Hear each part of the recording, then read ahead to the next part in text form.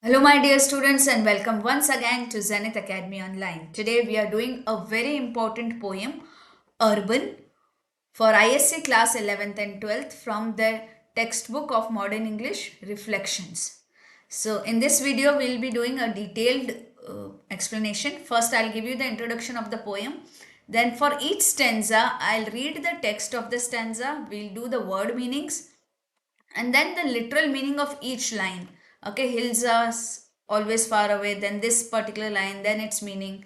So each and every line and its meaning, okay, literal meaning, and then the analysis of the stanza, the whole stanza, and then the literary devices. So for each stanza we'll be doing this. The similar thing we'll do for all the stanzas so that you understand the poem really well. So let's begin. We are doing the poem Urban, whose poet is Nissim Ezekiel. I don't know, the pronunciation might be wrong. Okay, basically the pronunciation is never wrong. Okay, it depends on where this name is being pronounced. Okay, so this poem explores the alienation and disconnection of modern city life. Okay, so it talks about a person who feels alienated and disconnected when he is living in a modern city. It contrasts the natural landscapes with the mechanical and monotonous existence of an urban dweller, okay, who longs for nature but remains trapped in routine. So it is a contrast between the natural landscape that the urban dweller wants with the mechanical and the monotonous existence of with his mechanical and monotonous existence.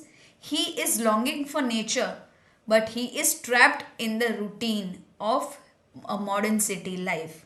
Okay, so you will understand this as we read each and every stanza. The hills are always far away. He knows the broken roads and moves in circles tracked within his head. Before he wakes and has his say, the river which he claims he loves is dry and all the winds lie dead. So that's stanza 1. So here when the poet talks about the hills, okay, so hills is a symbol of peace and escape. Okay, the hills are always far away. The peace in his life is always far away. He knows the broken roads. Okay, here broken roads is difficult life path. Okay, and moves in circles tracked within his head. So here circles in head. What does circles in tracked within his head means? Repetitive thoughts. Okay. Before he wakes and has his say, the river which he claims he loves is dry. So when he say the river is dry, it means emotional emptiness is there. Okay. And all the winds lie dead. Winds lie dead means there is lack of inspiration. You'll understand each line as we read. The hills are always far away. It means the peaceful or the natural hills that the man longs for, that the man wants, are always distant. They are always far away and unreachable in his real life.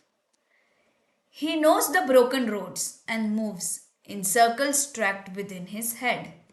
This means he is familiar only with the damaged, imperfect roads of the city. Okay, he knows the broken roads. So he is familiar with the damaged and imperfect roads in the city. And he walks through life trapped in repetitive thoughts. And he moves in circles tracked within his head. It means he walks through the life trapped in the repetitive thoughts. He keep on thinking this, then again he goes. So this is a circle. Okay, so he is familiar only with the damaged and imperfect roads of the city and he walks through the life as if he is trapped in the repetitive thoughts. And his mind goes in circles following the same pattern every day. He is having, so when it is said that in circles tracked within his head, what does it mean? That his mind goes in circles. He is following the same monotonous routine again and again and again. Okay. Before he wakes and has his say.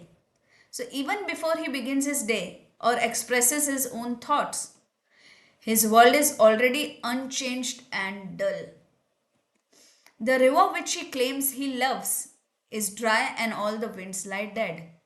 So the river he says he loves has no water. It's dried up. So the life that he wants is all dried up. The winds that should bring freshness or movement are completely still.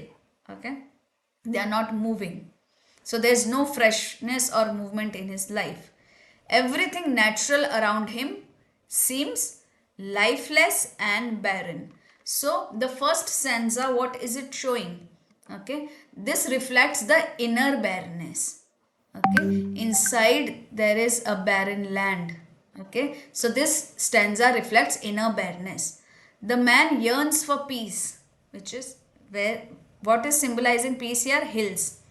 But city life makes him emotionally dry. His love for nature is only theoretical. He remains mentally stuck in urban monotony. The lifeless river and still winds symbolizes what? It symbolizes spiritual stagnation, that there is stagnation now. I hope you have understood the stanza very well. So how you will go about, students? You will first, whenever you are learning for your exams, you will first go through the stanza, understand what each word is implying. So here these are not just word meanings, here these are the words that imply. Okay, so hills imply it's a symbol of peace or escape from this monotonous life. Okay, the river is dry, winds lie dead. This shows, winds lie dead shows the lack of inspiration. Dry river shows emotional emptiness. So these are the literal meanings of the lines. Okay, hills are far away means this, he knows the broken road means this, and this is the basic analysis of the stanza. So you should be knowing all this very well. Now the literary devices, metaphor. Metaphor is used where hills are far away. That is, it is hills are far away means unattainable peace. So it's a metaphor. Then there is symbolism. Dry river represents emotional emptiness. Then there is imagery. Broken roads, dry river, dead winds, these are all evoking the imagination of the reader. Repetition. There is circular thoughts which shows monotony. And contrast. Love for nature versus dry reality. These are the contrast. Now let's hop on to stanza 2. At dawn he never sees the skies, which silently are born again, nor feels the shadows of the night recline their fingers on his eyes. He welcomes neither sun nor rain. His landscape has no depth or height. Now let's see the word meanings. Here when dawn is there, dawn means new beginning. At dawn he never sees the skies, which silently are born again, nor feels the shadows of the night. Here shadows of the night which recline means the night fade gently. Okay. Here depth or height means emotional richness. The landscape has no emotional richness. This landscape has no depth or height. Now let's read line by line and understand the meaning. At dawn he never sees the skies, which silently are born again. So at sunrise, the sky changes beautifully and is reborn. Right? At dawn. But he never sees the skies. Okay. So at sunrise, the sky changes beautifully and is reborn. But he does not notice this renewal because he is unaware of the nature's beauty. He is not able to see that. He doesn't see the sky, nor feels the shadows of the night recline their fingers on his eyes. So he does not sense the gentle fading away of night's darkness. Okay, nor feels the shadow of the night means he does not sense the gentle fading away of night's darkness. The transition, now recline the fingers on his eyes. The transition from night to day goes unnoticed by him. He welcomes neither sun nor rain. Means he does not feel joy or interest in sunshine or rain. Both the natural elements fail to touch him emotionally. His landscape has no depth or height. To him, the world appears flat, dull, and without variation. His inner and outer worlds lack the richness, the excitement, or beauty. So, the poet highlights here in this stanza emotional numbness. He is disconnected from the natural cycles. The city lifestyle has desensitized him. Neither day nor the night affects him. His inner landscape has lost dimension. It has no height, no depth, right? So, inner landscape has lost dimension, symbolizing spiritual hollowness. So, students, this analysis is very, very important for this particular poem. This is very important for this particular poem because the literal lines will not explain you the meaning, but these analysis will do, right? So learn these keywords. The second stanza is highlighting what? Emotional numbness. He is disconnected from natural cycles. These keywords, my dear students, are very, very, very important. Now let's do the literary devices of the stanza 2. Here there is personification because night's shadow is reclining. Okay. Imagery. So in the way night shadow is reclining, how it is personification? As humans shadow recline. Okay. The same way night shadow is compared with a person. Imagery is here because vividly we can see, we can imagine dawn, skies born again. Okay. Symbolism, flat landscape. It means dull urban life. There is contrast as well, renewal of nature versus man's dull routine. Let's hop on to stanza 3. The city like a passion burns. He dreams of morning walks alone and floating on a wave of sand, but still his mind its traffic turns.